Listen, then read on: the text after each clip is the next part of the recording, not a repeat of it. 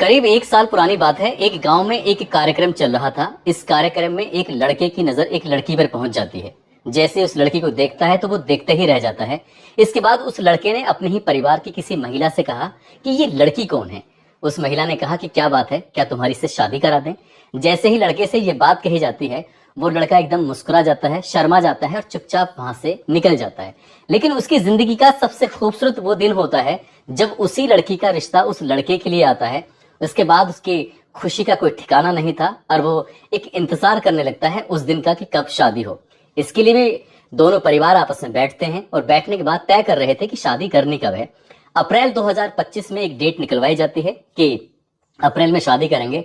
तभी लड़की वाले और लड़के वाले फिर सहमति बनाते हैं कि एक काम करते हैं, 1 महीना ज्यादा हो जाएगा, क्यों ना इस समय को थोड़ा सा घटा दिया जाए, यानी कि मार्च में शादी करते हैं। और इसकी तारीख तय कर ली जाती है 7 मार्च 2025। शादी होती है धूमधाम से। लड़का इतना खुश था कि जब घुड़चढ़ी हो रही थी तब दोस्तों के साथ डांस करना शुरू कर देता है, और जब बारात चढ़ रही थी तब भी वो डांस कर रहा था। और इतना खुश था कि दुल्हन को लेकर जब घर पहुंचता है, दोनों सुहागरात मनाने के लिए कमरे में जाते हैं। अगला दिन निकलता है और पता चलता है कि दूल्हा और दुल्हन दोनों की ही मौत हो चुकी है। जैसे ही दरवाजा खुलता है, इसके बाद ये बात अब न केवल इस घर में थी, बल्कि जहां जहां तक अखबारों के वेब पोर्टल की या न्यूज की एक पहुंच होती है, वहां वहां तक पहुंच जाती है ये खबर। अब लोग ये जानने में जुट जाते हैं कि आखिरकार दूल्हा दुल्हन जब इतने खुश थे तो उनकी मौत का क्या कारण रहा था। आज की इस कहानी के माध्यम से जानने की, समझने की कोशिश करते हैं कि आखिरकार दूल्हा दुल्हन के साथ उस सुहागरात की रात में हुआ क्या था कि दोनों की मौत हो जाती है। आदाब, नमस्कार, सत श्री अकाल। मैं उस्मान सैफी। आज की जो सच्ची घटना मैं आपको सुनाने जा रहा हूँ, ये सच्ची घटना है उत्तर प्रदेश का। एक जिला है अयोध्या, और अयोध्या जिले का ही एक थाना लगता है कैंट। दरअसल कैंट थाना क्षेत्र का एक जगह है, इलाका है, जिसका नाम है शहादतगंज मुराबन टोला। बात कर रहा हूँ 9 मार्च 2025 की सुबह 6 बजे के आसपास का वक्त हो रहा था। बड़ा भाई, जिसका नाम दीपक कुमार है, दीपक कुमार अपने उठता है। उठने के बाद उसको सब्जी मंडी जाना था, बाजार जाना था, क्योंकि आज उसके छोटे भाई की शादी का जो रिसेप्शन था, घर में मेहमानों के आने का सिलसिला शुरू होने वाला था कुछ देर बाद। अभी 6 बजे थे, दिन यानी कि सूरज निकलने की अभी कोई तैयारी नहीं थी, लेकिन दिन निकलने लगा था, रात छटने लगी थी। वो जाता है दरवाजे के सामने, दूल्हा दुल्हन जहां पर वो सुहागरात मनाने के लिए गए थे, उस दरवाजे के ठीक सामने खड़ा होता है। और खड़े होने के बाद वैसे ही उसे नॉक करता है 2-3 बार। मारने के बाद अपने छोटे भाई उससे बोलता है कि अरे छोटे, मैं सब्जी मंडी में सब्जी खरीदने के लिए जा रहा हूँ, जल्दी से तैयार हो जाओ, आज तुम्हारी शादी का रिसेप्शन है, एक कार्यक्रम है, इसलिए जुट जाओ। बस उसने इतनी आवाज लगाई अपने छोटे भाई को। ये सुबह के 6 बजे के आसपास का वक्त हो रहा था, 9 मार्च 2025 की सुबह की बात है।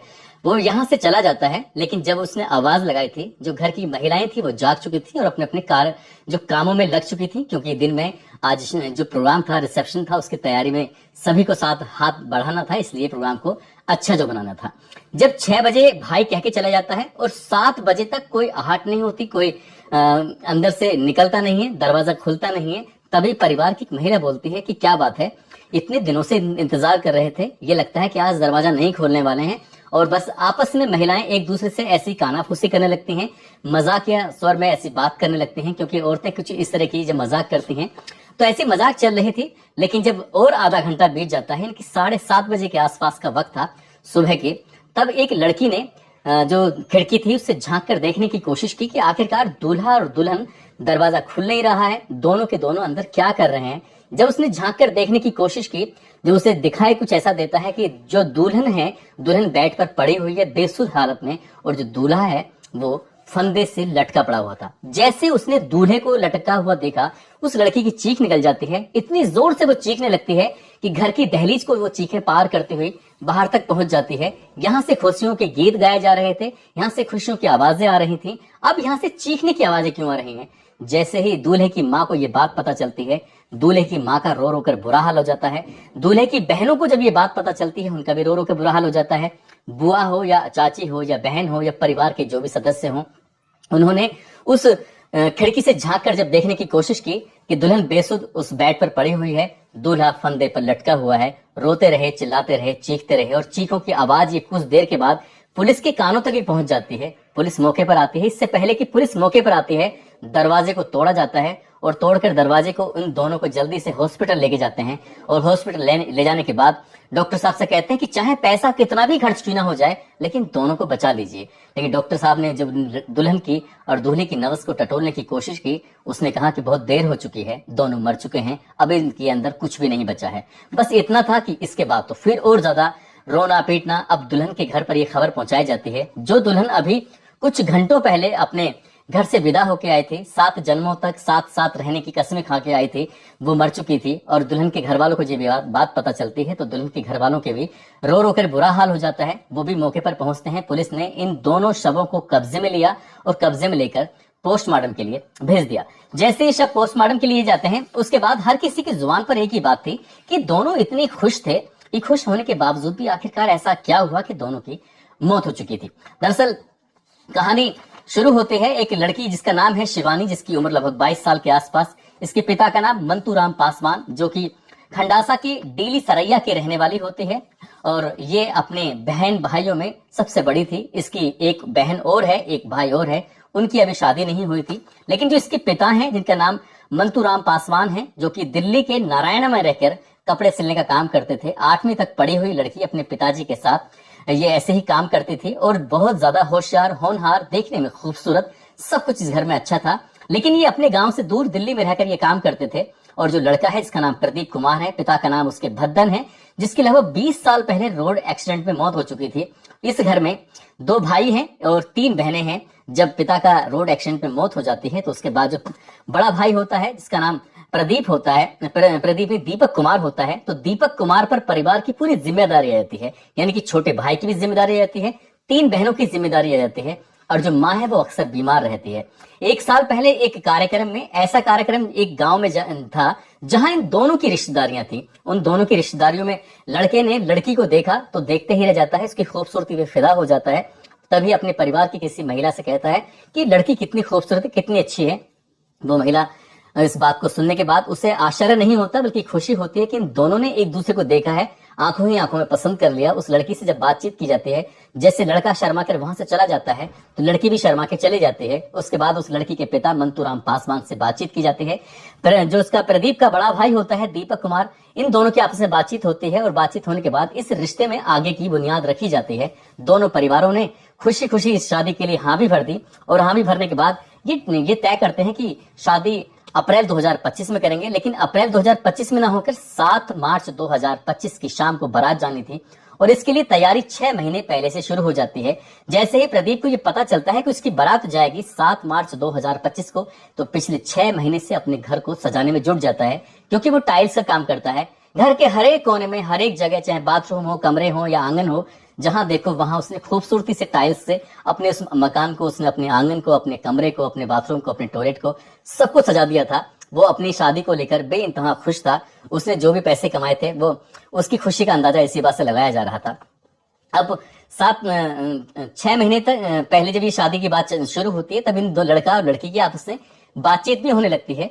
खुशी खुशी के परिवार में दोनों की जब सहमति से शादी होती है तो आखिरकार 7 मार्च को बारात जाती है। चाहे वो घुड़चढ़ी हो, दोस्तों ने कहा डांस करना है, नाचना है, तो प्रदीप खुशी खुशी नाचने लगता है। बारात जब जाती है लड़की के यहाँ पर, वहां भी वो डांस करता है, नाचता है, झूमता है। आखिरकार 8 मार्च की सुबह 11 बजे बारात वहां से विदा होती है। विदा होने के बाद उसके गांव यानी कि खंडासा के डीली सरैया से 1 बजे बारात शहादतगंज मुरावन टोला में पहुंच जाती है और 1 घंटे बाद यानी कि 2 बजे के आसपास दुल्हन का स्वागत किया जाता है।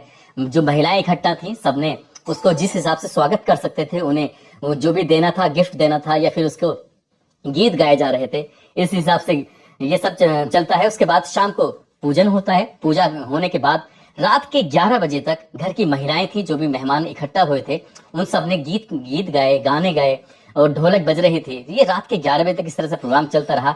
रात के 12:30 जैसे ही बजते हैं, अब दुल्हन से कहा जाता है कि तुम अपने कमरे में जाओ, सुहागरात मनाओ। जैसे ही दुल्हन को उस कमरे में भेजा जाता है सुहागरात मनाने के लिए, दूल्हा भी पीछे से चला जाता है। रात के 12:30 बजे के आसपास का वक्त हो रहा था।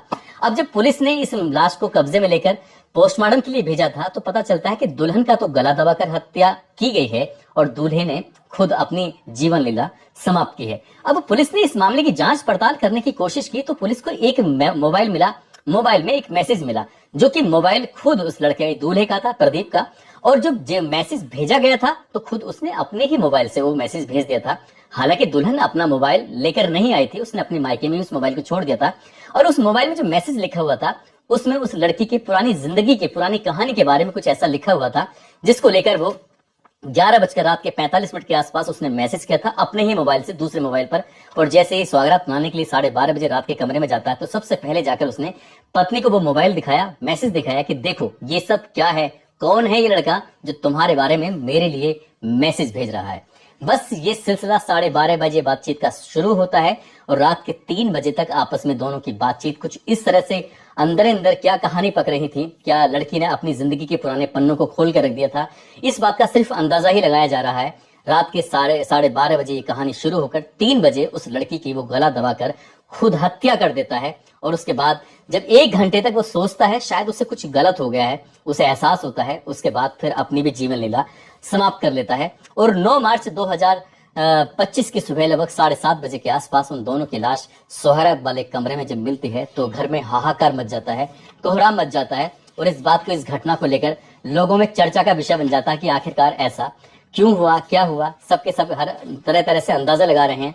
पुलिस ने शवों को कब्जे में लेने के बाद जांच पड़ताल शुरू कर दी थी, साथ ही सीडीआर निकलवाई गई। सीडीआर निकलवाने के बाद अब पुलिस किसी नतीजे पर पहुंचेगी, लेकिन जब दूल्हा दुल्हन की पोस्टमार्टम के बाद लाशें घर पहुंचती हैं तो उसके बाद कैंट एरिया में ही जो शमशान घाट होता है तो दूल्हा दुल्हन के लिए एक ही चिता बनाई जाती है। और एक ही चिता बनाने के बाद बड़ा भाई, जिसका नाम दीपक कुमार होता है दूल्हे के, उसने ही उन चिताओं को आग लगाई और आग लगाने के बाद अंतिम संस्कार किया, मुखाग्नि दी। तो परिवार वालों का रो रो कर बुरा हाल था। परिवार वाले समझ ही नहीं पा रहे थे कि जिस शादी के लिए दोनों ही 6 महीने से खुशियों का इंतजार कर रहे थे, आखिरकार वो खुशियां कैसे काफूर हो गई हैं, कि क्या हो गया है। एक मैसेज ने न केवल पूरी जिंदगी को बर्बाद कर दिया, बल्कि इन दोनों की सोचने समझने की जो शक्ति थी उसको छीन कर दिया और दोनों की जीवन लीला, जिंदगी हमेशा हमेशा के लिए खत्म हो गई। एक मैसेज ने पूरा जो परिवार था उसको एक ऐसे जगह लाके खड़ा कर दिया है कि लोग सोच कर भी सिरहन से पैदा हो जाते हैं कि आखिरकार ऐसा क्यों किया। क्या दूल्हा मजाक कर रहा था? क्या मजाक में उसने अपनी जिंदगी के कुछ पन्ने खोल कर रख दिए? क्या है क्या नहीं, ये तो खैर उन दोनों के साथ राज हमेशा हमेशा के लिए दफन हो गया है, चला गया है। दोस्तों, इस पूरे घटनाक्रम को सुनाने का उद्देश्य किसी को परेशान करना नहीं है, किसी का दिल दुखाना नहीं है, बल्कि आपको जागरूक करना है, आपको सचेत करना है और आपको बताना है कि कभी ऐसी भी मजाक नहीं करनी चाहिए, कभी ऐसा भी शक नहीं करना चाहिए जिसके साथ तुमने जिंदगी जीने मरने की कस्में खाई हैं। आखिरकार तुम उसके साथ ऐसा कैसे कर सकते हो, कैसे सोच सकते हो? पता नहीं क्या उसने नादानी में किया, पता नहीं उसने ये सब जानबूझकर किया, पता नहीं क्या उन दोनों का सफर सिर्फ यहीं तक था।